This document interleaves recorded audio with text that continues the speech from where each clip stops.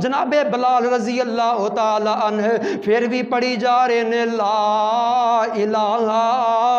الا اللہ تے امیہ کی کہندا ہے مار مار کے اج تینوں مار دیاں گا جان تیرے ہتھوں میں گوا دیاں گا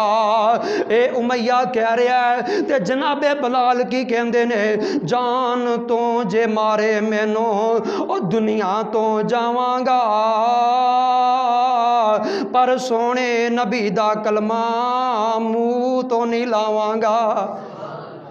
او کنا کو مار لیں گا میاں جان تو جے مارے مینوں دنیا تو جاواں گا پر سونے نبی دا کلمہ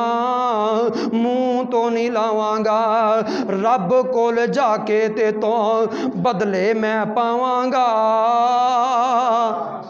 اتھے کنا کہ ظلم کر لیں گا ایک وقت آئے گا رب دے دربار دے اندر تے پیش ہوئیں گے نا رب کولوں جا کے تے تو بدلے میں پاواں گا نہیں تے کلمہ تو پڑھ لے میرے نال احمد سردار دا وہ ظلم کرن دے تے تبلیغ کرن دے نے اللہ اللہ اللہ نہیں تے کلمہ تو پڑھ لے میرے نال احمد سردار دا ملے گی بہشت امیہ فیصلہ رحمان دا